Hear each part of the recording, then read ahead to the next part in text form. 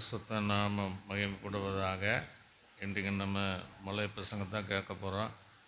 மத்தேயு சுவிசேஷம் திருப்பிக் கொள்வோம். 5ஆம் அதிகாரத்தை திருப்பிக் கொள்வோம்.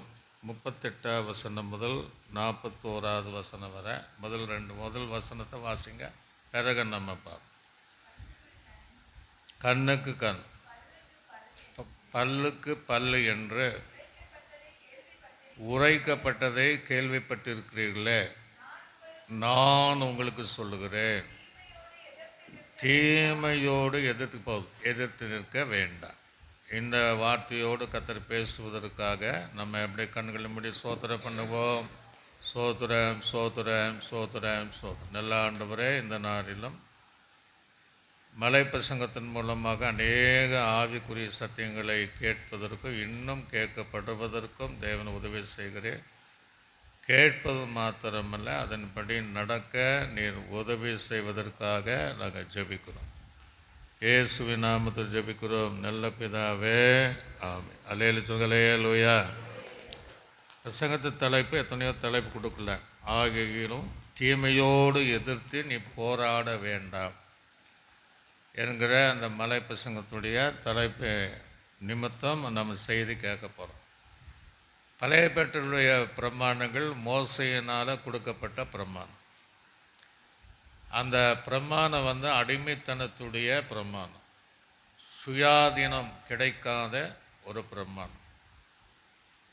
அந்த பிரமாணத்தினால் ரட்சிக்கப்பட முடியாது. அந்த பிரமாணங்களில் பரிசுத்த ஆவியானவரையும் நிலையாய் பெற்றுக்கொள்ள முடியாது. அல்லேலூயா. அதை ரெண்டை சொல்கிறார். இந்த பிரசங்கள் எல்லாம் பார்த்தீங்கன்னா பழைய ஏற்பாட்டு காலத்துடைய பிரசங்கத்தையும் புதிய காலத்தில் இப்படி இருக்குன்னு சொல்வார். அது பழைய உடன்படிக்கை.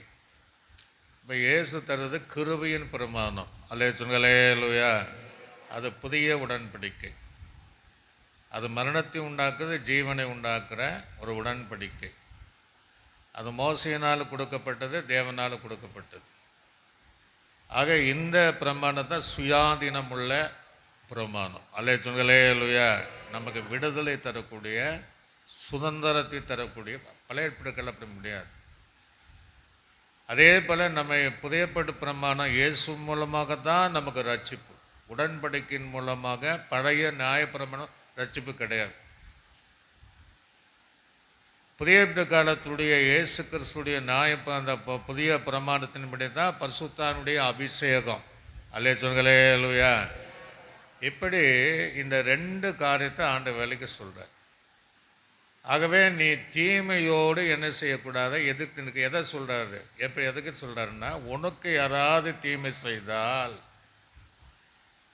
அந்த தீமை செய்கிற மனிதனோடு நீ எதிர்த்து நிற்காதேங்கிறார். அல்லேலூயா. பழைய ஏற்பாடு காலத்தில் தீமைக்கு தீமை செய்யணும், அதான் அந்த வசனம். ஆனால் புதிய ஏற்பாடு காலத்தில் நான் உங்களுக்கு சொல்கிறேன், ஒருத்தர் தீமை செஞ்சிட்டான்னா அந்த தீமை செய்கிறனுக்கு விரோதமாக நீ துணிந்து செயல்படாதே. அதான் அந்த அழகாக அந்த சங்கீதத்தில் வாசித்தோம். 34ஆம் சங்கீதத்தில் அந்த 14ஆவது வசனத்தில் வாசிக்கும் போது பாருங்கள், அங்கே என்ன சொல்கிறாரு, இந்த தீமை குறித்து தீமை செய்கிறனுடைய பேர். அதுக்கு முந்தின ஒரு வருஷத்துக்கு முன்னாடி ஒரு வசனம் இருக்கு பாருங்க. அதுக்கு முந்தின வசனம் ஆண்டவர் சொல்றாரு, தீமை செய்கிறவனுக்கு நன்மை, தீமையை விட்டு விலகி நீ என்ன செய்ய, நன்மை செய். சமாதானத்தை தேடி அதை போட்டு தொடர்ந்த பொருட்கள் தீமை செய்ய துணிகரமாய் நிற்காதுங்கிறார். இதெல்லாம் அது இப்படி நம்ம ஜீவிப்பது ரொம்ப கடினம். அப்படி தான் வாழ்ந்து ஆகணும். அதுக்கு அடுத்த வசனம் தான் அவங்க வாசித்து அந்த தீமைக்கு விரோதமாய் சொல்றாருல, அந்த வசனத்தை வாசிங்க. இங்க தீமை செய்கிறனுடைய பேரை பூமியில் இராமல் அற்று போக பண்ண கர்த்தருடைய முகம் அவனுக்கு விரோதமா இருக்கின்றார். அல்லேலூயா. ஆக தீமை செய்கிற, நமக்கு தீமை செய்கிறான். இப்போ ஒருத்தன் நன்மை செய்கிறான்னா அது வேற விஷயம். நமக்கு இஷ்டம் போல தீமை செய்கிறவனுக்கு ஆண்டு சொல்றாரு, நீ தீமை செய்ய துணிகரம் படாதேங்கிறார். அப்படியே நீ தீமை செய்யாத, சமாதானமாக போயிடு, கூட ஐக்கியப்படு. அப்படியே நீ செஞ்சான்னா தேவன் நமக்கு விரோதமாக எழுப்புவார். அல்லே சொல்களே லூயா. அதுக்கு இன்னொரு வசனம் இருக்குது. எங்கே இருக்குது? எபிரேயர் நிருபத்தில் வாசிக்கும் போது வாசி விட்டு நம்ம அடுத்த பகுதி 12:14 வாசிக்கும் போது அதில் அழகாக சொல்கிறார் பாருங்க. எபிரேயருக்கு நிருபம் 12ஆம் அதிகாரம் 14ஆம் வசனம். அதை இதை சொல்கிறார். உனக்கு தீமை செய்யட்டும், உனக்கு கெடுதல் செய்யட்டும், உனக்கு ஒரு தவறாக பேசட்டும், உனக்கு தீங்கு செய்யட்டும், ஆனால் அவங்க கூட நீ சமாதானமாக இரு. அல்லே சொல்களே லூயா. அதான் அங்கே கொண்டு வர எபிரேயருக்கு நிருபம் எழுதும் போது நீங்கள் யாவரோடு எப்படி இருங்க? யாவரோடு என்ன? எல்லாரும் நன்மை, நமக்கு நல்லவங்களாக இருக்கலாம், கெட்டவங்களாக இருக்கலாம், தீமையே செஞ்சுட்டு இருக்கலாம், அவங்க கூட நீங்கள் சமாதானமாக இருங்கள், நாடுங்கள் அப்படின்னு நாங்கள் முடிச்சுட்டார். ஆகவே இந்த மலை பிரசங்கத்தில் நீ தீமை செய்வதற்கு எதிர்த்து நிற்காதே அப்படின்னு சொல்கிறார். இப்போ பழைய ஏற்பாடு காலத்தில் என்ன சொல்கிறாருன்னா, அந்த வசனத்தை நீங்கள் வாசி பார்த்தா தெரியும். பழைய ஏற்பாடு காலத்தில் பழிக்கு பழி, அதை தான் சொல்கிறாரு. ஒரு கண் எடுத்துட்டானே அவன் கண்ணை நீ எடு.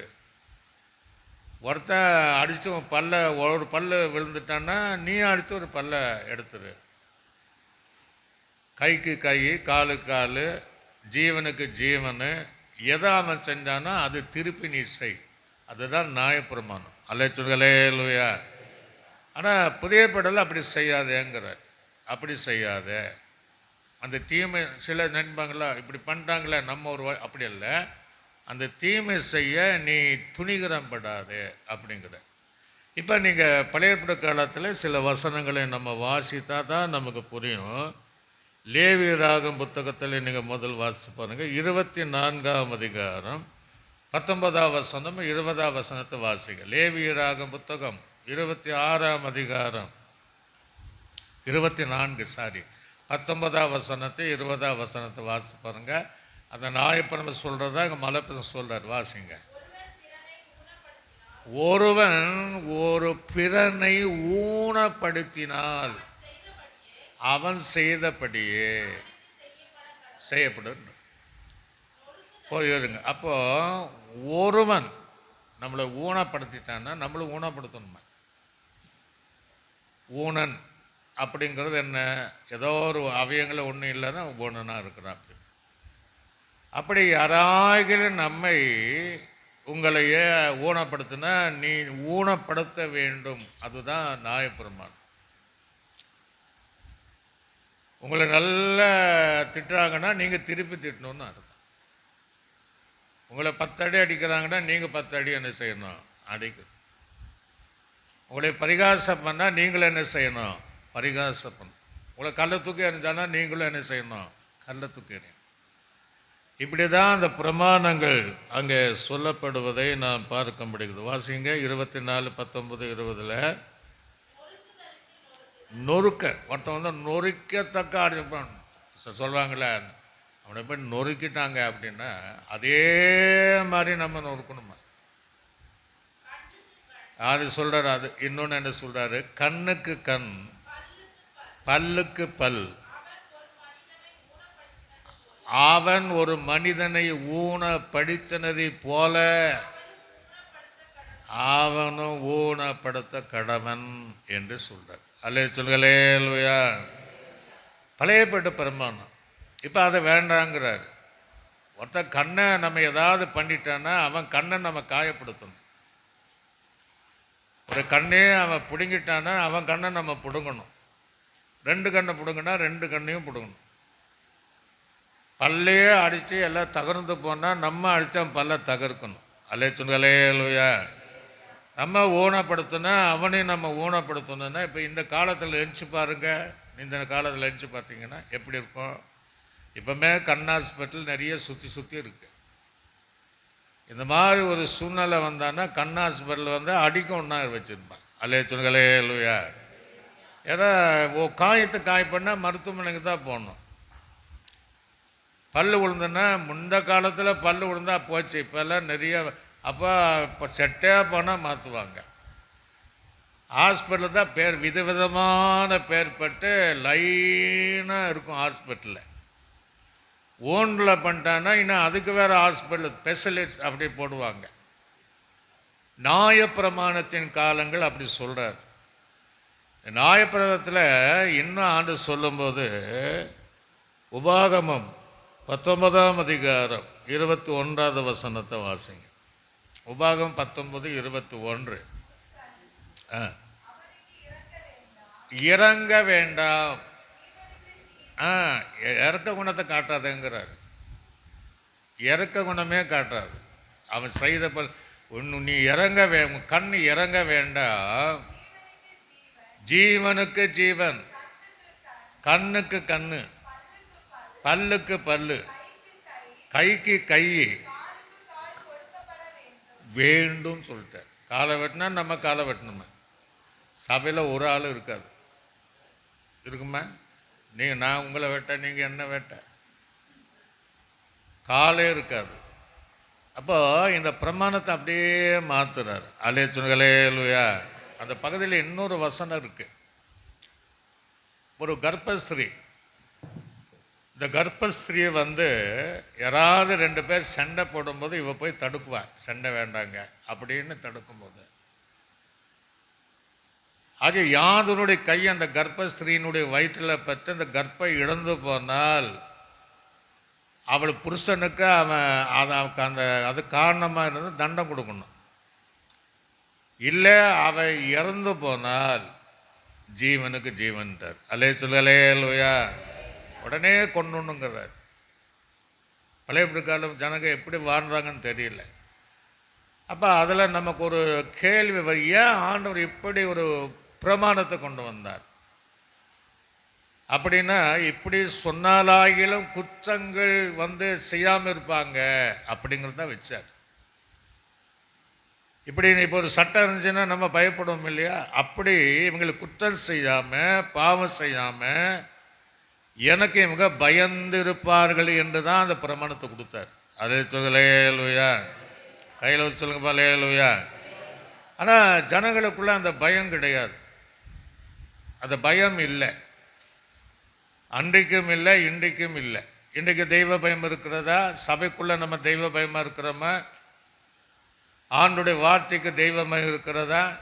எல்லா சபையிலும் பயப்படாதவர்கள் துணிகரமாக இருக்கக்கூடிய ஒரு சிலர் தேவாலயத்தில் இருக்கத்தான் செய்கிறார். ஆக இவைகளெல்லாம் எதற்கு ஆண்டு சொல்கிறாருன்னா, ஒரு தெய்வ பயம் உண்டாகணும், குற்றங்கள் தடுக்கப்படணும், சிறைச்சாலைகளிலே அவங்கள் அந்த இடத்திற்கு போகாதபடி தவறு செய்தவன் அவனை பாதுகாக்கப்படணும். அல்லேலூயா. ஆனால் இன்றைக்கி நிறைய பேர் அந்த பழிக்கு பழி வாங்கதை பார்க்கணும். பேப்பரில் இதெல்லாம் நம்ம 2-3 மணி நேரம் பேசினா தான் நமக்கு புரியும். பேப்பரில் பாருங்கள், 40 வருஷத்துடைய பழிகளை தீர்த்தார்கள் அப்படி போட்டிருப்பான். காத்து இருந்தால் அவன் எங்கே போனால், ஜெயிலேருந்து எப்போ வரானோ அதே போல் அவனை வெட்டிடுறாங்க. சின்ன பிள்ளைங்களுக்கு கூட இன்றைக்கி அந்த பழி வாங்குதல் இருக்குது. தகப்பனை ஏதோ ஒரு அடி அடிச்சுட்டான்னா வாலி பசங்க திருப்பி அடிக்கிறாங்க. பழிக்கு பழி. அம்மா மாரை அடிச்சுட்டான்னா நீ ஏன் அடிக்கிறேன்னு அங்கே 2 அடி. தவறான இடத்துல போனால் மரணமும் நடக்குது. சின்ன பசங்களை நீங்கள் எதாவது ட்ரீட்மெண்ட் பண்ணுங்க, நானும் ஒன்று அடிப்பேன். சின்ன பசங்களுக்கு அந்த பழி வாங்க குணம் இப்போவுமே இருக்குது. ஒரு அலையை சொல்லலே இல்லையா? அப்போ நீங்கள் அடித்து பாருங்கள். உங்கள் பேத்த பிள்ளைங்க பேர பிள்ளைகளை அடித்து பாருங்கள். சொல்லுவாங்க, பாட்டி நான் உன்னையும் அடிப்பேன், தாத்தா உன்னையும் அடிப்பேன். இப்படி லேசாக ஒரு அடி அடிப்பாங்க. அந்த குணங்கள் என்ன வரும்னா, பழையப்பட்டு குணத்தினுடைய பழி வாங்கக்கூடிய குணம். அல்லேலூயா. இன்னைக்கு கிறிஸ்தவத்தில் பாருங்க, மனைவியை கூட பழி வாங்குறவங்க, கணவனை பழி வாங்க நிறைய பேர் இருக்கிறாங்க. விசுவாசிகளை பழி வாங்குகிற, ஊழியனை பழி வாங்குனா, அந்த ஊழியக்காரனை பழி வாங்குவது, இதெல்லாம் நிறைய ஆண்டு சொல்லார். இதெல்லாம் உனக்கு வேண்டாம். அல்லேலூயா. நீ தீமையோடு நீ தீமைக்கு எதிர்த்து நிற்காதேங்கிறார். ஆக தேவ பிள்ளைகள் எப்படி இருக்கணும்? நாம் சரியாக நமக்கு யாராவது தீமை செய்தால் தீமைக்கு தீமை செய்யக்கூடாது. பழைய காலத்தில் வாழ்ந்தவள் எழுப்பியிருக்கிறாங்க. யோசேப்புக்கு செய்ததெல்லாம் தீமை தான். ஆனால் அந்த தீமைக்கு அவன் தீமை செய்யலை. அல்ல சொல்லுங்களே லூயா. அவன் நன்மை செய்தான். யோபுக்கு சுற்றில நண்பர்கள் எல்லாம் நீ எல்லாம் என்ன அப்படின்னு ரொம்ப ஆரம்பத்தில் ஒரு மாதிரி இருந்தாலும் அவனை பாவி, நீ தப்புனால தப்பு செஞ்சால் விழா நடந்துன்னு சொல்லிட்டாங்க. இருந்தாலும் அந்த சிநேகிதனுக்காக ஜெபம் பண்ணான். அல்ல சொல்லுங்களேலூயா. அப்படி நம்ம ஆவிக்குரியவைகள் புதிய காலத்தில் இந்த வசனத்தின்படி செய்யணும். அவங்க இப்படி பண்ணிட்டாங்க, என்னைக்காவது ஒரு நாள் நான் வச்சிருக்கிற அவங்களுக்கு சொல்லிடக்கூடாது. அல்ல சொல்லுங்களேலூயா. அந்த பழி வாங்க குணங்கள் குடும்பத்துங்களையோ பிள்ளைகளையோ சபைகளிலேயோ ஆவிக்குரிய வாய்க்குள்ள உலக மனுஷன் எப்படியே போகிறேன் நம்ம ஜீவத்தில் இருக்கக்கூடாதுன்னு தான் சொல்கிறார். மீண்டும் அந்த 5ஆம் அதிகாரம் மத்தியோ வாசி பாருங்க, அந்த 39வது வசனத்தை இப்போ சொல்கிறாரு. அப்படியெல்லாம் நீ செய்யாத. இப்போ ஆண்டவர் நமக்கு ஒரு புதிய உபதேசத்தை கொடுக்குறார். அப்படி பூர்வத்தில் சொல்லியிருக்கிறாங்க. இப்போ நான் உங்களுக்கு சொல்லுகிறேன், தீமையோடு நீ எதிர்த்து நிற்க வேண்டாம். அதுதான் சத்தியம். ஒருவன் உனது வலது கண்ணை ஒருத்த அடிச்சிட்டான்னா மறு கண்ணையும் திருப்பி கொடுங்குற. சாத்தியமா? முடியுமா? குறிப்பிட்ட சபையில் ஊழியம் செய்திருக்கும் போது நம்ம ரொம்ப டார்ச்சர் பண்ணாதனால அவர் போட்டு சாத்தினார். அந்த அம்மா சொல்லுது, உன்னை அடிக்காமல் இருக்க மாட்டேன். அப்படி அடிச்சிருச்சு. அது விசுவாசிகளை சொல்கிறேன் நான். அவரும் விசுவாசி, இவரும் விசுவாசி. ஆனால் இங்கே என்ன சொல்கிறாருன்னா அதெல்லாம் கிடையாது அப்படின்னு என்ன சொல்கிறாருன்னா, ஒரு பல்லு பிடுங்கன்னா இன்னொரு பல்லை கொடு. முடியுமா? ஒரு கண்ணை எடுத்துட்டானே இன்னொரு கண்ணை கொடு. சாதாரண விஷயம் கிடையாது. அதனால் ஒரு காரியம் செய், நீ அவனுக்கு எதிர்த்து நிற்காது. அல்ல சொல்லுங்களேலூயா. அவன் ஒன்றை பண்ணால் நீ மறுக்கணத்தை காட்டு. இப்படிதான் இந்த மலை பிரசங்கத்தை சொல்ற. நம்ம அப்படி இல்லை. அவன் திட்டினா இல்லையா, நான் வீட்டில் ஏறி போய் திட்டி, அப்படி அதெல்லாம் இருக்கக்கூடாது. ஆண்டுடைய சுபாவத்திற்குள் வந்து அந்த சாந்தமான போய்விடணும். சின்ன வயசுலேருந்தான் கற்றுக்கொள்ளணும். அண்ணன் தம்பிக்குள்ளே சண்டை வந்தால் எதிர்த்து பேசக்கூடாது. நானும் அப்படியெல்லாம் இருக்கக்கூடாது. அந்த கசப்பு வைராக்கியங்கள் இல்லாமல் அண்ணன் தானே தம்பி தானே மனைவி அப்படிங்கிற சூழ்நிலை வரும்போது தேவனுடைய உபதேசத்தின்படி வாழ முடியும். அல்லே சொல்லுயா. அப்போ சொல்கிறார், ஒரு கன்னத்தை அடைஞ்சால் நீ மறு கன்னத்தை காட்டு, தீமை செய்வதற்கு நீ எதிர்த்து நிற்காதேங்கிறார். நானும் பைபிள் அப்படியே நான் பார்த்தேன், யாரெல்லாம் கன்னத்தில் அடி வாங்கியிருக்கிறாங்க. சிதேக்கியா ராஜா பார்த்தீங்கன்னா மிகாயவை கன்னத்தில் அறைந்தார். எதுக்கு அறைந்தானா, ஏன் ஆவி உங்ககிட்ட எப்படி வந்துச்சு அப்படின்ட்டு ஒரு அடி அடிச்சிட்டான். 1 ராஜாக்களின் புஸ்தகத்தில் 22ஆம் அதிகாரம் 24வது வசனம்.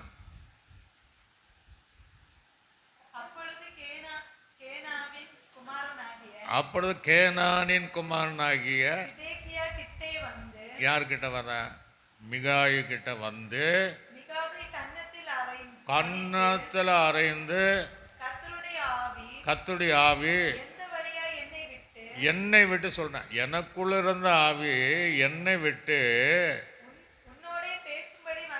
வந்தது என்று ஒரு அறிஞ்சிட்டான். நல்லே சொன்னலையா. மற்றவங்கெல்லாம் பொய் தீர்க்கத சொன்னான், அதெல்லாம் பெரிய சப்ஜெக்ட், நாங்கள் அவங்க பொய் நாவி இருப்போம் அப்படின்ட்டு அவங்க உண்மையை நம்பிட்டாங்க. ஆகாப் ராஜா யுத்தத்துக்கு போகிறான், அதை உண்மையாக சொல்கிறேன், அந்த ராஜா போனால் திரும்பி வர மாட்டார். அப்போ என்னுடைய கர்த்தருடைய ஆவி என்கிட்ட இருந்து உங்கள்கிட்ட எப்படி வந்துச்சு, அப்படி கன்னத்தில் அவன் திருப்பி அடிக்கலான்னு ஒரு வார்த்தை சொன்னான். அவனை சிறையில் அடைத்தார்கள், இடுக்கத்தின் அப்பத்தை கொடுத்தாங்க, இடுக்கன் தண்ணீரும் கொடுத்தான். ராஜா சொல்கிறான், நான் வரையும் வந்தால் என்ன செய்வான், சிறையில் போட்டு இன்னும் அடிப்பான் அல்லது கொல்லவும் செய்வான். அப்போ சொல்வான் ராஜா வரமாட்டார். அதே போல் ஆகாப் ராஜா யுத்தத்திலே மாண்டு போயிட்டான். அல்லே சொல்லுங்களேலூயா. ஆகவே பழைய பிற்காலத்தில் அடிச்சிருக்கிறாங்க.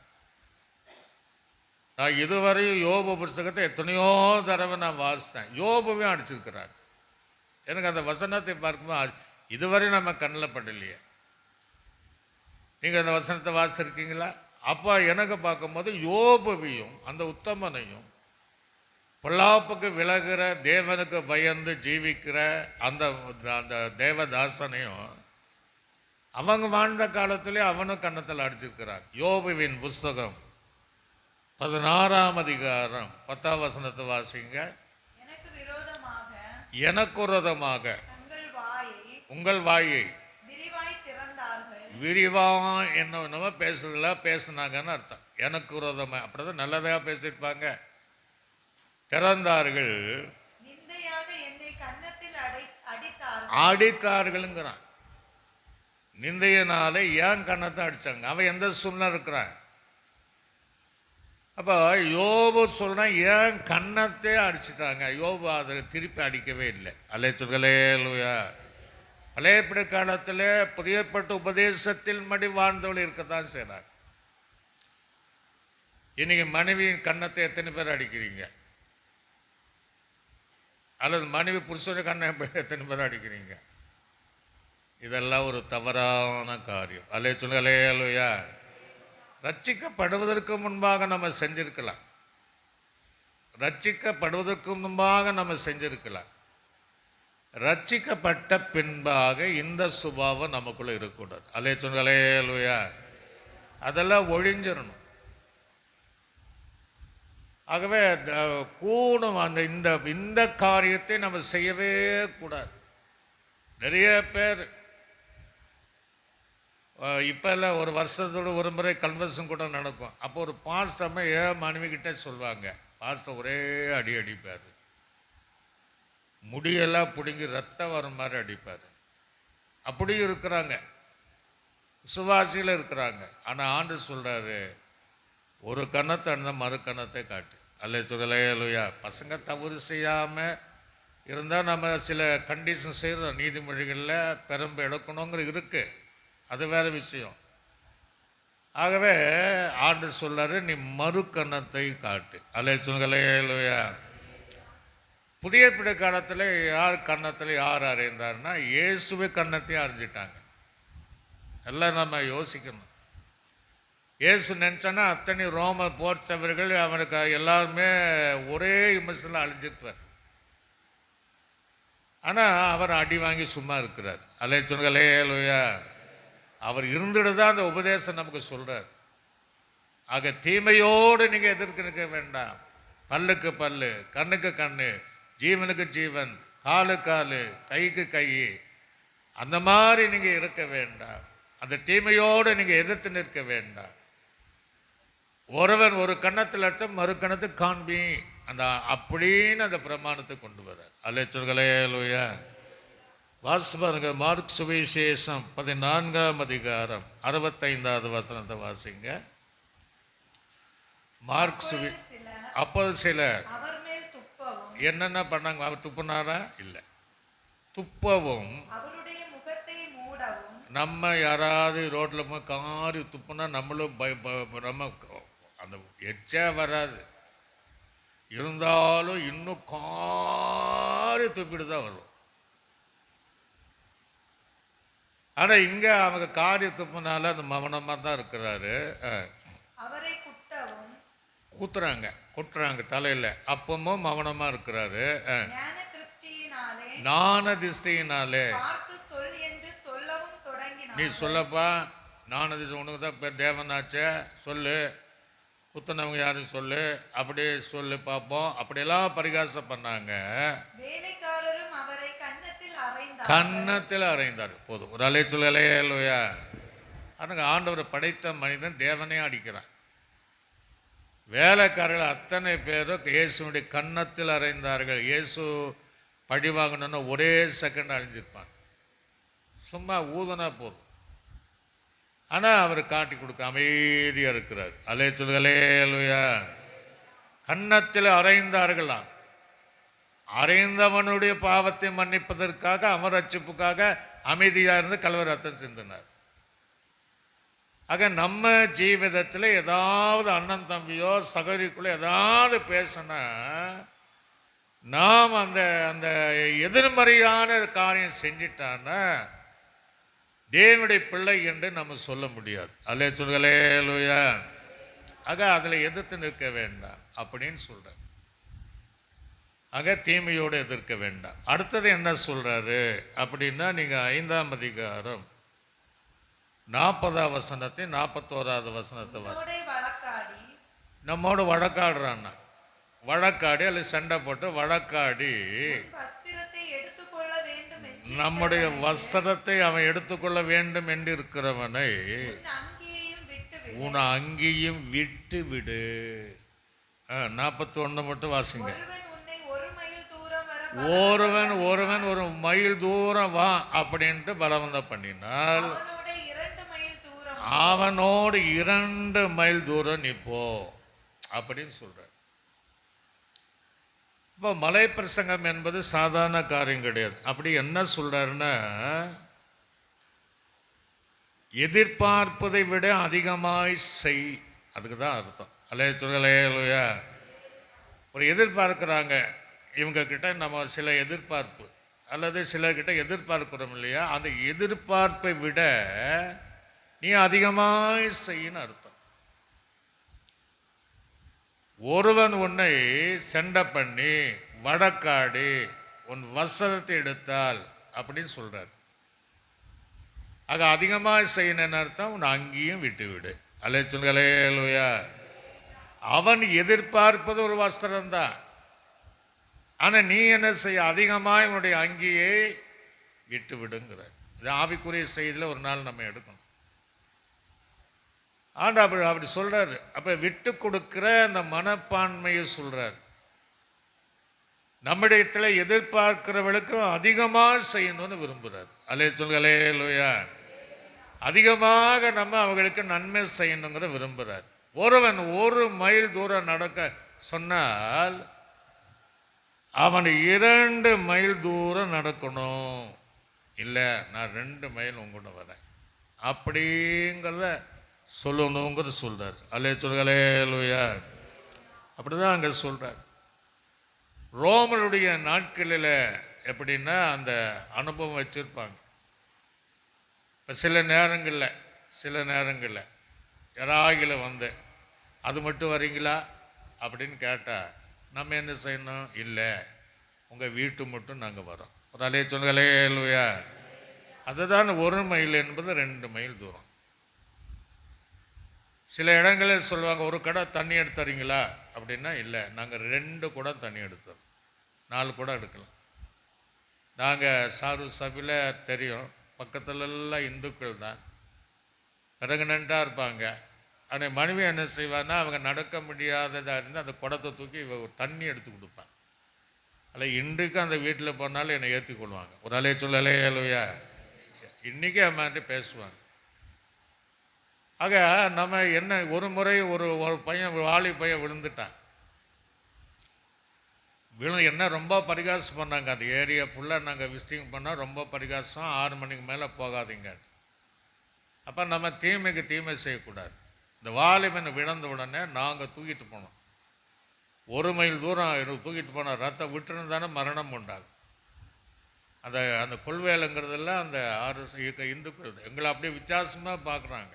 என்னடா இவங்களெல்லாம் தூக்கிட்டு வராங்க அப்படின்னு. அன்னிலேருந்து பார்த்தீங்கன்னா அந்த ஏரியா ஃபுல்லாக நம்ம அன்பு பாராட்டணும். ஒரு நாளே சொல்லலே இல்லையா, எல்லா வீட்டிலும் நாங்கள் ஏறுவோம். அப்படி சில சூழ்நிலைகளில் நாம் அப்படி சிலருக்கு செய்யும்போது தேவன் அதை பார்த்து அந்த ஜனங்களை நம் சார்பில் கொண்டு வந்துடுவார். அதாங்க சொல்கிறாரு. ஒருவன் வஸ்திரம் என்பது ஒரு வார்த்தை நான் சொல்லி முடிக்கிறேன். வஸ்திரம் அங்கி என்பது ஊழியத்தை காண்பிக்கிறது. ஒரு ஊழியத்தோடு கூட கொஞ்ச நேரம் நீங்கள் வாங்க நம்ம வீடு சந்திக்கு போகலான்னா, ஒரு 4 வீட்டுக்கு போகலான்னா, இல்லை பாஸ்டா இன்றைக்கி எல்லாமே முடிச்சிடுவான் என்கிற அனுபவத்தில் அந்த ஊழியங்கள் இருக்கும். அல்லே சொல்களே இல்லையா. நம்ம சபையில் ஏராளமான பேர் அது செய்கிறாங்க. கூப்பிட்டோன்னா வந்துடுவாங்க. எங்களா பண்ணுவாங்க, போயிடுவோம் பாஸ்டா அப்படின்னு. அவங்களை கர்த்தர் ஆசீர்வதிப்பார். அப்படி ஏதாவது ஒரு காரியத்திற்காக சில பிள்ளைகள் பாருங்க, அப்பா கூப்பிடுவா நம்ம அங்கே மட்டும் போவோம், நீங்கள் போங்க நான் வரல. அப்போ தகப்பனோடு கூட போகிறது கூட பசங்க மாட்டேன் வேதனை சொல்லு வானா எக்ஸ்ட்ரா தூரம் போகணுமா, நீங்கள் எங்கெல்லாம் போகிறீங்களோ நான் அங்கே வரேன்னு சொல்லுவேன். சில வீட்டில் சொல்லுவாங்க மனைவிமார்கள், வாங்க நம்ம அங்கே போயிட்டு வரோம், நீ போ அப்படிம்பாங்க. அப்போ அவங்க விரும்புகிற இடத்துல, கணவர் இடத்துல நம்ம கொஞ்சம் நேரம் வேலையானாலும் உதவியானாலும் 1 மணி நேரம் செய்கிற வேலை 2 மணி நேரம் செய்யும். அல்ல சொல்லுகளே அல்லையா, சத்தமாக சொல்லுகளே அல்லையா. அதுதான் கர்த்தர் சொல்கிறார். நீங்கள் என்ன செய்யுங்கன்னா அப்படி இருங்க அப்படின்னு சொல்கிறார். பலவந்தம் பண்ணினால் அப்படின்னு இருக்கு அந்த வசனத்தில். அப்படித்தான் இருக்கு. பலவந்தம் பண்ணினால் 1 மைலுக்கு 2 மைல் நடங்குற பலவந்தம் வா கட்டாயவா அப்படின்னு சொன்னால் ஓடிடு. ரோம பேரரசில் ராஜா இருப்பார். ராஜா சொன்னபடி அத்தனை வேலைகள் செய்யக்கூடியவர்கள் தான் இந்த வேலைக்காரர்கள் கீழே இருக்கிறவங்க. ஆனால் அவங்களை யாரும் கட்டாயப்படுத்தக்கூடாது. சுமை தூக்கவோ வேலை செய்யவோ அவங்களை கட்டாயப்படுத்தக்கூடாது, பலவந்தம் பண்ணக்கூடாது. அதே சமயத்தில் ராஜா சொன்ன அந்த காரியத்தை அவங்க செய்யலைன்னா அதுதான் மன்னிக்கப்படாத குற்றமா. அல்ல சொல்லுங்களே அல்லையா. பாவத்தில் பெரிய பாவம் தானே. இப்போ நீங்கள் ரோட்டில் போகிறீங்க, சுமக்க முடியாமல் வயசான பாட்டி ரேஷன் கடையில் ஒரு 20 கிலோ அரிசி அப்படியே கொண்டு போகிறாங்க. அப்போ என்ன செய்யணும்? சிலரெல்லாம் கை கட்டுவாங்க, அவங்க நிப்பாட்டாமல் போவான். நம்ம என்ன செய்யணும்? கூப்பிடுறதுக்குள்ளே பாட்டி வைங்க, எங்கே வீடு இருக்குது அப்படின்னு அவங்க கூட போய் சேர்த்து. அலே சொல்லுங்களே லூயா, கையில் சொல்லுங்களே லூயா. ஒருவன் இன்னும் ஏதாவது பார சுமை சுமந்துட்டேன்னு தடுமாறிட்டு போகிறான் அப்படின்னா தாங்க, நாங்கள் சுமந்து வருகிறோம். சிலர் நடக்க முடியாமல் இருக்கிறாங்க, வாங்க கையை பிடிங்க, நாங்கள் நீங்கள் எங்கே போகணும், பஸ் ஸ்டாண்டுக்கு போகணுமா, எங்கே போகணும், வாங்க கூட அப்படி என்று அந்த அனுபவத்தோடு வாழ்வதுக்கு தான் இந்த வசனம் சொல்லுது. அலே சொல்லலே லூயா. நம்ம இடத்துல எதிர்பார்க்கிற ஜனங்களுக்கும் அதிகமாக தேவனும் நம்ம இடத்துல நிறைய எதிர்பார்க்கிறார். ஒரு அலே சொல்லலே லூயா. என்ன எதிர்பார்க்குறாரு? ஊழியத்தை இன்னும் நல்லா தாங்குவாங்க, இன்னும் கொடுக்குற விஷயத்தில் உண்மையாக இருப்பாங்க, இன்னும் ஜெபம் பண்ணுவாங்க, இன்னும் தேவனை ஆராதிப்பார்கள், சத்தியத்தின்படி வாழ்வுகள் என்கிற எதிர்பார்ப்பு தேவன் நம்ம மேலே வச்சிருக்கிறாரு. அவர் எதிர்பார்க்கும் அதிகமாக நம்ம செய்யணும். அல்லே சொல்லுங்களே லூயா. மத்தேயு சுவிசேஷம் 27ஆம் அதிகாரம் 28ஆம் வசனம் முதல் 32வது வசனம் வரைக்கும் வாசிங்க. அவர் வஸ்திரம், யாரை? இயேசுடைய வஸ்திரங்களை கழற்றி அவளை உடுத்தி பின்னி அவர் சிரசின் மேல் வைத்து கொடுத்து படியிட்டு கடைசி வசனத்தை பார்த்தீங்கன்னா அங்கே பலவந்தம் பண்ணுவாங்க. வாசிங்க.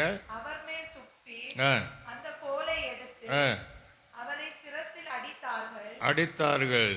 27ஆம் அதிகாரம் மத்தேயு சுவிசேஷம். அதில் அந்த யோசேப்பை இயேசுடைய சிலுவையை சுமப்பதற்கு என்ன செய்வாங்க? பலவந்த பண்ணுவார். அல்லே சொல்லுங்களே லூயா. அந்த வசனத்தை கட்டா அவன் ஆசையை போல அவனை பலவந்தம் பண்ணினார்கள். வாசி பாருங்க. 27ஆம் அதிகாரம் மத்தேயு 20. சீமோன் எனப்பட்ட ஒரு மனுஷனை அவர் கண்டு சுமக்கும்படி பலவந்தம் பண்ணினார்.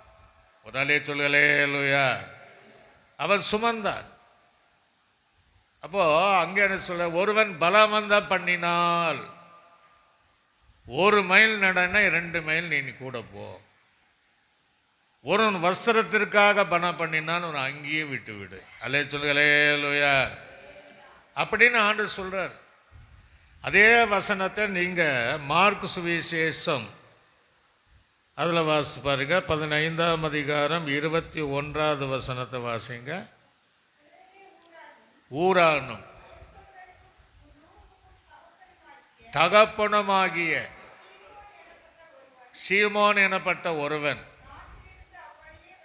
வருகையில்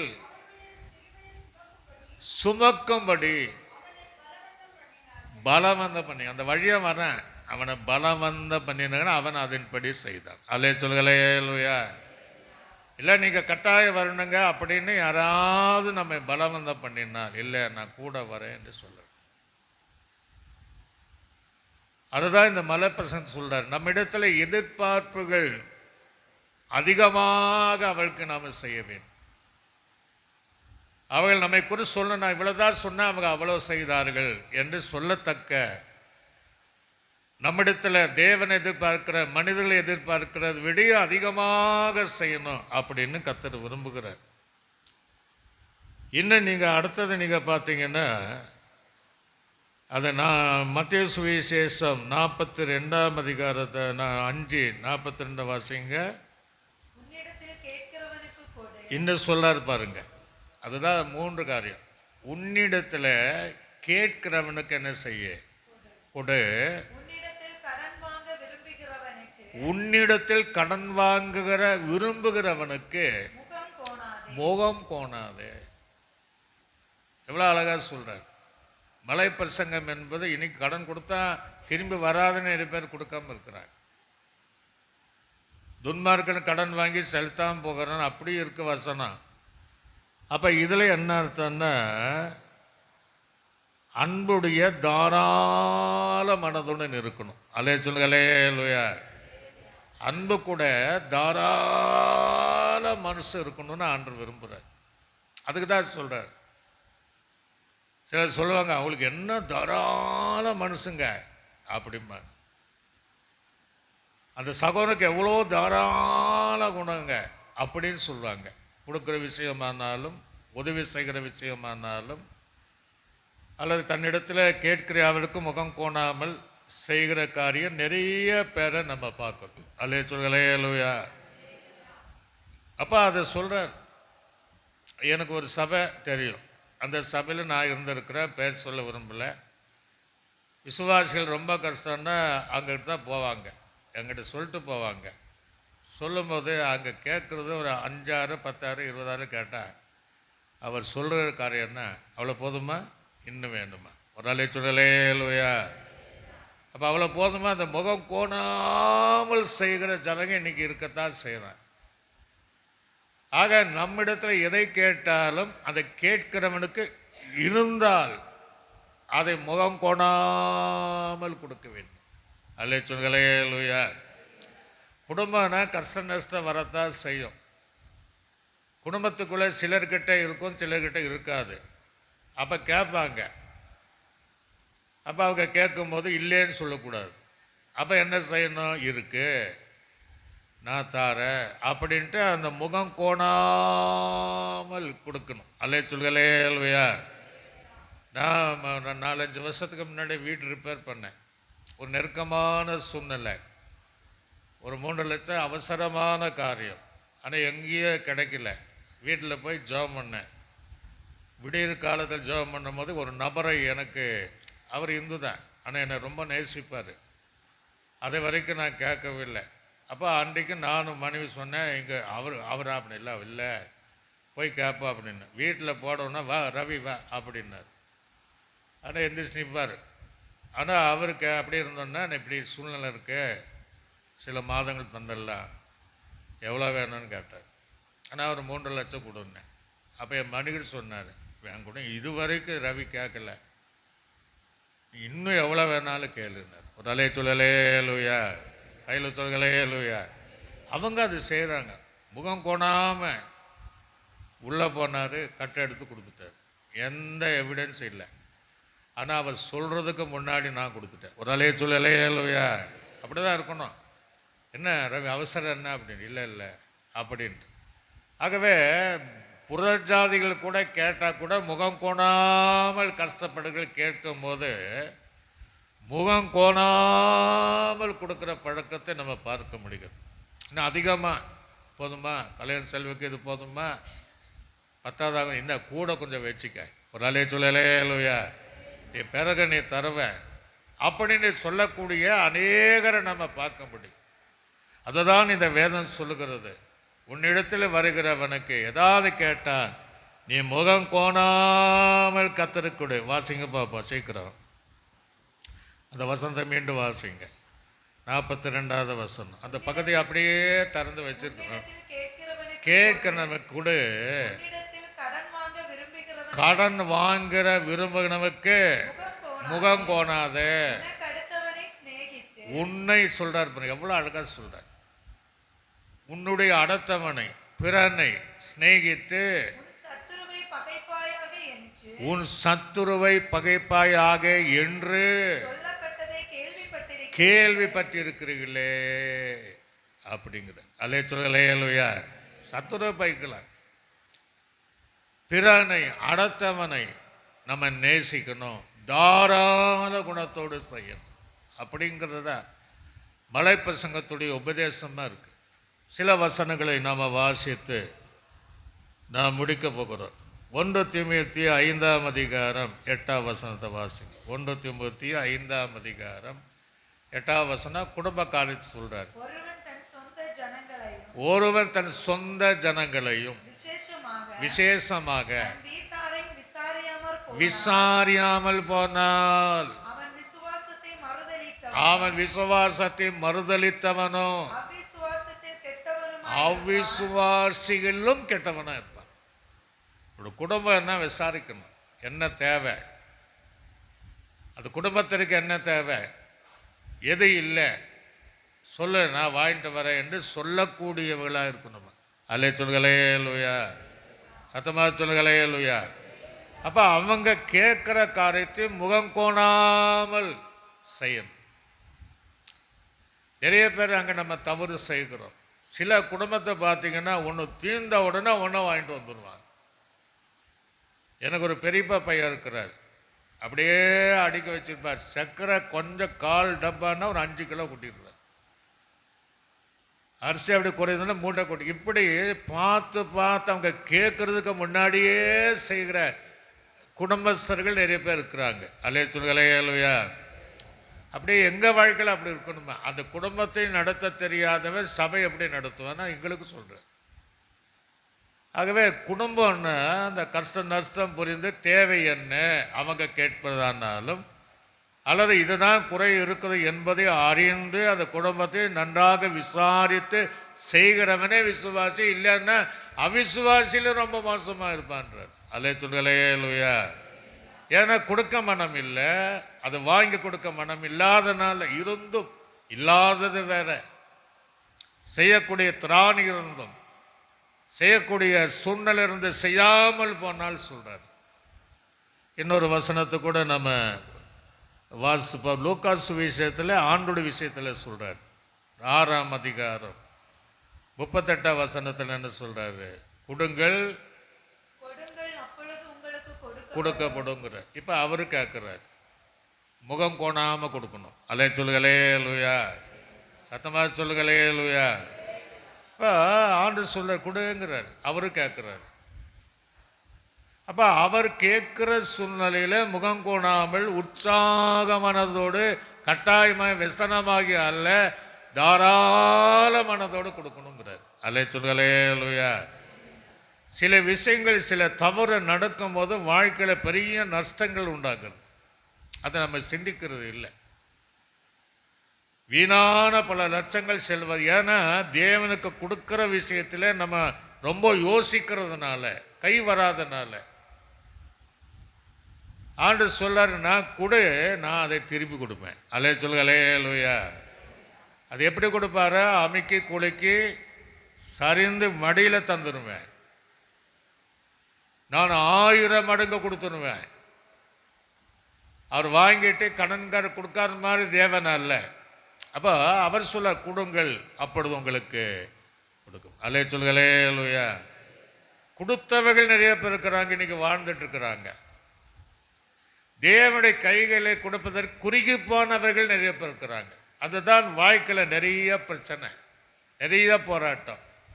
வேற பக்கமாக பல லட்சங்கள் செலவழித்துட்டே இருக்கும். ஆண்டவர் கொடுக்கும்போது அந்த தேவனுடைய ஆசீர்வாதம் தருவார். அல்லே சொல்லுங்களே லூயா. சிலர் பார்த்தீங்கன்னா நிறைய சம்பதி புத்தலான பையன் போல இருப்பாங்க. சாலமன் நான் சொல்கிறேன், ஒரு ஆசீர்வாதத்தை நம்ம எடுத்துடலான்னு பக்கத்தில் போய் போனால் ஒரு பச்சி பறந்து போவதை போல் அந்த ஆசீர்வாதம் நம்ம விட்டு போயிடுமா. நம்மக்கிட்ட இருக்கிறது கொஞ்சமோ நிறைவோ அதில் கர்த்தருக்கு தாராளமாய் இந்த மக்கள் சபை தேச சபையெல்லாம் தேவனுக்கு அதிகமாக நினைத்ததற்கு அதிகமாக இவங்களே வலுக்கட்டாயமாய் கொடுத்தார்களாம். அல்லே சொல்லுங்களே லூயா. அதான் சொல்கிறார். வாழ்க்கையில் அங்கே தான் தப்பு பண்ணுறோம். நம்ம அதை கொடுக்குற விஷயத்தில் அப்படியே ஸ்டாப் பண்ணிடுவோம். ஆனால் அங்கே தான் நிறைய நமக்கு பிரச்சனைகள் வருகிறது. அதை நம்ம சரி செஞ்சு பாருங்க. கர்த்தர் ஆட்டோமேட்டிக்காக நம்ம வாழ்க்கையில் செழிப்பை ஆசீர்வாதத்தை கொடுப்பார். அல்லே சொல்லுங்களே லூயா. இப்போ நீங்கள் 2 கொரிந்தியர் நிருபம் 9ஆம் அதிகாரம் 6ஆம் வசனமும் 8ஆம் வசனத்தை வாசிப்போம். இன்னும் நான் சொல்லுகிறது என்னவெனில், சிறுக விதைக்கிறவன் சிறுக அறுப்பான், பெருக விதைக்கிறவன் பெருக அறுப்பான். அவனவன் எப்படி இல்லையா, व्यसनमायुम அல்ல, கட்டாயமாக அல்ல, தன் மனதில் நியமித்தபடியே கர்த்தருக்கு கொடுக்க கடவன். உற்சாகமாய் கொடுக்கிறவனிடத்தில் கர்த்தர் ஒரு ஆளை சொல்லேலூயா. அவர் எதிர்பார்க்கிறார். அப்போ நம்ம அவருக்கு செய்ய வேண்டிய காரியங்களை செய்ய. அதுதான் சிலருடைய வாழ்க்கையில் நம்ம ஏமாந்து போகிறோம். வாழ்க்கையில் நிறைய நஷ்டங்கள் ஜீவிதத்தில் வருது. மனிதர்களுக்கும் நம்ம அந்த அன்போடு கூட அந்த காரியம் செய்யணும். முகம் கொண்டாமல் தேவனுக்கும் செய்யணும். அல்லே சொல்லேலூயா. அதை செய்யும் போது அந்த குடும்பங்களில் ஆசீர்வாதத்தை தேவன் கட்டளையிடுவார். 1 யோவானுக்கு எழுதின நிருபத்தில் 3ஆம் அதிகாரம் அதில் 17ஆவது வசனத்தை வாசிங்க. 1 யோவான் 3. ஒருவன் இவ்வுலகத்தினுடைய நிறைய ஆசி உடையவனாய் இருந்தும் தன் சகோதரனுக்கு ஒரு குறைச்சல் இருக்கு. அவன் ரொம்ப கஷ்டப்படுறான், ரொம்ப நறுக்கப்படுறான், அல்ல கடன் படுறான். அவனுக்கு குறை ஒன்று என்று கண்டு தன் இருதயத்தை அவனுக்கு கொடுக்காம, அந்த கஷ்டத்தில் கொடுக்காம அவன் இருதயத்தை அடைத்து கொண்டால் எப்படிங்கிறார். ஒரு அலே சொல்லலேலூயா. தேவ அன்பு எனக்குள்ள இருக்குன்னு எப்படி சொல்ல முடியும் அப்படிங்கிற. தேவ அன்பு நிலைத்திருப்பது எப்படி? கண்ணு முன்னாடி ஒருத்தன் கஷ்டப்படுறான், கண்ணு முன்னாடி ஒருத்தன் நெருக்கப்படுகிறான். அப்போ அவனுக்கு நம்ம இருக்கிறதுனால அவனுக்கு உதவாதப்ப நம்ம இருதயத்தை கடினப்படுத்தி நம்ம இருதயத்தை அடைத்து வைத்தால் அவனுக்குள்ளாக தேவ அன்பு நிலைத்திருப்பது எப்படின்ற நிலைத்திருக்காதுங்கிற. அல்லே சொல்லுங்களேலூயா. ஆகவே இந்த மலை பிரசங்கத்தின்படி வாழ்ந்து காட்டுகிறவளாக இருக்க வேண்டும். அதுதான் மலை பிரசங்கம். 3 காரியத்தை சொல்றார். ஒன்று, தீமையோடு நம்ம என்ன செய்யக்கூடாதுதான், எதிர்த்து நிற்கக்கூடாதுங்கிற. 2வது என்ன சொல்றாரு, நம்ம இடத்துல எதிர்பார்ப்பதை விட மனிதர்களானாலும் குடும்பமானாலும் தேவனானாலும் அதிகமாக நாம் செய்யணும். அல்லே சொல்லுங்களேலூயா. 3வது அன்போடு கூட தாராளமான பிறனோட அந்த குணங்கள், தாராள பிறனோடு கொடுக்கக்கூடிய அந்த குணங்கள் இருக்க வேண்டும் என்று சொல்லுகிறார். ஆக பழைய பாட்டு பிரமாணம் வேற, புதிய பாட்டு பிரமாணம் வேற. அல்லே சொல்லுங்களேலூயா. அங்கெல்லாம் பழி வாங்கக்கூடியது. ஆனால் இந்த புதிய பிரகாரத்தில் பழி வாங்குவது எனக்குரியதுன்னு ஆண்டு சொல்லிட்டேன். அந்த பழி வாங்க குணம் இருக்கவே கூடாது. இந்த பல்லை பற்றி ஒரே ஒரு வசனத்தை 2 வசனம் அது ஞாபகம் வருவதனால சொல்கிறேன். பழைய காலத்தில் இஸ்ரவேல் ஜனங்க பார்த்தீங்கன்னா அவங்க இச்சித்தார்கள். எதை? இறைச்சி. நாங்கள் எகிப்தில் இருந்தால் நாங்கள் இறைச்சி சாப்பிட்ருப்போம். இந்த வனாந்தரம் வெறும் மண்ணாவா? இப்போ நீங்கள் என்ன சொல்கிறீங்கன்னா வெறும் மலை பிரசங்கமா அப்படின்னு மாதிரி அன்னைக்கு கேட்குறேன். அப்போ ஆண்டு பார்த்தார், இவங்க விரும்பினது கேட்டால் கேட்காமையாக கொடுத்துருப்பார். எப்போ கொடுக்கணும் அப்படிங்கிறது அவருக்கு தெரியும். அப்போ இவ என்ன செஞ்சாருன்னா பெரிய இந்த இறைச்சி வயலை காண தான் ரொம்ப வேல்யூ. ஆண்டவர் அப்படியே அந்த கடற்கரையில் குவியத்தக்க அந்த இறைச்சியை கொடுத்துட்டார். அல்லே சொல்லுங்களே லூயா, சத்தமாக சொல்லுங்களே லூயா. இந்த இறைச்சியை பார்த்தீங்கன்னா பல்லில் போட்டு அசை போடுறாங்க, அவ்வளோ டேஸ்ட்டாக இருக்கும். அந்த பல்லிலே இருக்கும்போது தேவன் அழிச்சிட்டார். அல்லே சொல்லுங்களே லூயா. ஆண்டருடைய அந்த கோபம், அவள் விரும்பினதை கொடுத்தார், இருதயத்திற்கே இழைப்பு கொடுத்தார் அப்படின்ட்டு வேதம் சொல்லுகிறது. என்னாகும் புஸ்தகம் 11ஆம் அதிகாரம் 33வது வசனத்தை வாசிங்க. என்னாகமும் 11:33 வசனம். எங்க இருக்கா? பற்கள் நடுவில். நம்ம இறைச்சியை என்ன செய்வோம்? அப்படியே சாப்பிட்டு இந்த குச்சியெல்லாம் குத்துவோம். பழைய பிள்ளைக்கு முள்ளை குத்தி இந்த பின்னை குத்தி எடுப்பாங்க. அப்போ அந்த இறைச்சி பற்கள் நடுவிலே சாப்பிடல, அப்படியே மெல்றாங்க. இருக்கும்போது இறைச்சியை தின்னும் முன்னே மூண்டது, வாதையினால் அடிச்சிட்டார். ஒரு அலே சொன்னாலே லூயா. இன்னொரு வசனம் இருக்கு, ரொம்ப ஆச்சரியம். பல்லுக்குள்ளே இருக்கிற தேவ பிள்ளைகள் விக்கிரங்கள் படைக்கப்பட்ட அந்த போதனை சாப்பிடும்போது ஆண்டவரே பிடுங்கிடுவாராம். எதற்குன்னா அதை எடுத்துட்டு நம்மளை பாதுகாப்பதற்கு. அல்லே சொல்லுங்களே லூயா. ஆனால் இங்கே அப்படி இல்லை, அங்கே இருக்கும்போதே தேவன் கோபத்தினை அழிச்சிட்டார். இஸ்ரவேல் ஜனங்களே மீதியான ஒரு ஜனம் இருப்பாங்க, அவங்க அறியாமையினால அப்படி பண்ணிடுவாங்க.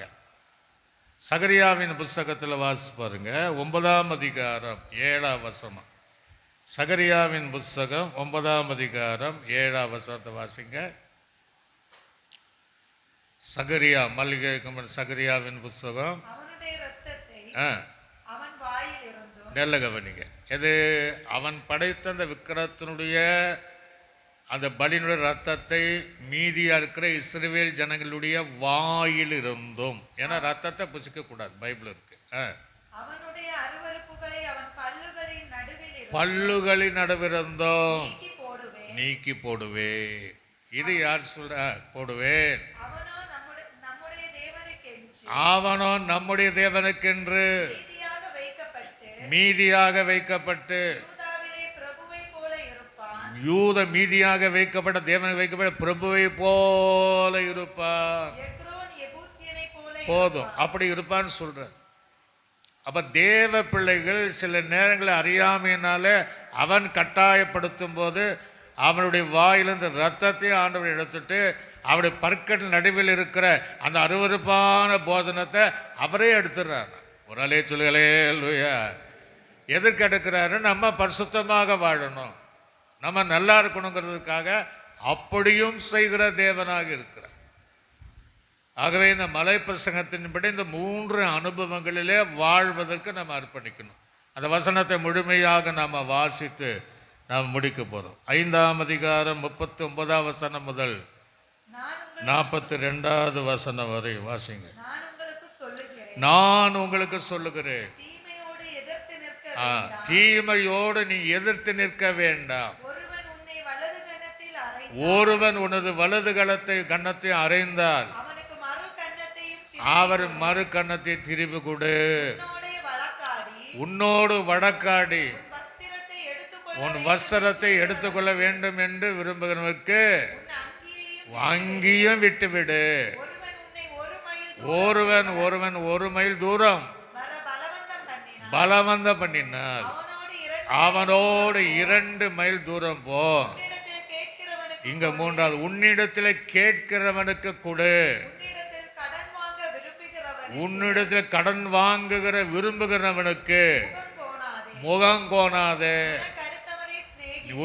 உனக்கு அடுத்தவனை சிநேகித்து பகைப்பாக என்று கேள்விப்பட்டிருப்பீர்களே என்றார். இந்த 3 அனுபவத்தில் வாழ்வதற்கு ஆண்டவர் அர்ப்பணித்து அப்படியே எழுமி நின்று, ஏதாவது நமக்குள்ளே இருக்கிற அந்த தீமைக்கு தீமை செய்யணுங்கிற எண்ணங்கள் வேண்டாம். தீமையை சொல்லிட்டாரு, நீ நன்மையால் வெல்லு, தீமைக்கு நீ தீமை செய்யாத. பவுலுடைய ஜீவிதத்தை இந்த பெரிய போராட்டம், நியாயப்பிரமாணத்தின்படி தீமைக்கு தீமை செய்யணும். அவனுக்கு என்னென்னமோ செஞ்சாங்க. அதுதான் சொல்கிறேன், எனக்குள்ளே நான் நன்மை செய்யணும்னு ஒரு பிரமாணம் ஓடுது, அதுதான் கிருபையின் பிரமாணம். ஆனால் எனக்குள்ள ஒரு பாவ பிரமாணம், தீமை செய்யணும்னு துடிக்குதான். நம்ம ஜீவிதத்தில் நாம் எப்படி இருக்கிறோம்? நன்மை செய்யணும், தாராள குணமுடைவுகளாக இருக்க வேண்டும், தீமைக்கு எதிர்த்து நிற்கக்கூடாது. நம்மிடத்தில் தேவன் எதிர்பார்த்தாலும் மனித எதுவும் அதிகமானவைகளை செய்யணும். அதே போல் அன்புடன் பிறனை முகம் கோணாமல் செய்ய வேண்டிய காரியத்தை செய்வதற்கு எல்லாம் ஒப்பு கொடுத்து நம்ம எல்லாம் சோதனை பண்ணுவோம். சோதனை நன்றி தகப்பனே, நன்றி தகப்பனே, நன்றி தகப்பனே, நன்றி தகப்பனே. ஒரு மகிமை உடைய ஜனத்தின் மேலே இறங்கணும்ப்பா, இறங்கணும், இறங்கணும், இறங்கணும். ஆமென். பழையப்பட காலத்தில் அவைகள் கர்த்தருக்கு பயப்படுவார்களோ என்று அவ்வளோ பிரமாணத்தை வச்சிங்க. புதிய ஏற்பாடு காலத்தில் அந்த பயங்கள் எங்களிடத்தில் இருக்கிறதா என்பதற்காக இப்படிப்பட்ட உபதேசத்தை தேவன் எங்களோடு நீர் பேசி வருவதற்காக நாங்கள் ஜெபிக்கிறோம். எல்லா கைகளை நல்லா தட்டி, ஆண்டவரே இப்படிப்பட்ட அபிஷேகம் சுபாவம் எங்களுக்குள்ளாக வரணும் ஆண்டவரே. ரீகா பாபா பாபா பா சந்தப நிமம சதுரபன ஒரு வல்லமை எங்கள் மேலே இறங்குவதற்காக எல்லாரும் பிதாவாகிய தேவனை நாம் சோதனை பண்ணுவோம். சோதரன் கர்த்தராகிய இயேசு கிறிஸ்துவை நாம் சோதனை பண்ணுவோம். சோதரன் நம்மை ஆற்றி தேற்றி வழிநடத்தின பரிசுத்த ஆவியானவரை நாம் சோதனை பண்ணுவோம். நல்ல ஆண்டவரே, இந்த ஆசீர்வதிக்கப்பட்ட இந்த 8ஆம் மாதத்தினுடைய 2ஆம் தேதியில் மீண்டும் மலை பிரசங்கத்தில் தீமையோடு எதிர்த்து நிற்கக்கூடாது. ஒருவன் பலவந்தம் பண்ணினான், எங்களுடைய எதிர்பார்ப்பதற்கு அதிகமாக செய்யணும். ஒருவன் கஷ்டப்பட்டால் முகம் கோணாமல் அவனுக்கு ஆண்டவரே உதவி செய்ய வேண்டும் என்று கற்றுத்தந்த இது கேட்கிற யாவருக்குள்ள அந்த அனுபவத்துக்குள்ள சபையாரை கர்த்தர் அதிகமாக ஆஸ்வதிப்பீராக. வீடு சேர்கிறவரையும் பாதுகாப்பை கொடுத்து முன்பக்கம் பின்பக்கம் இடது பக்கம் வலது பக்கமாய் சூழ்ந்த தேவனை நடத்துவீராக.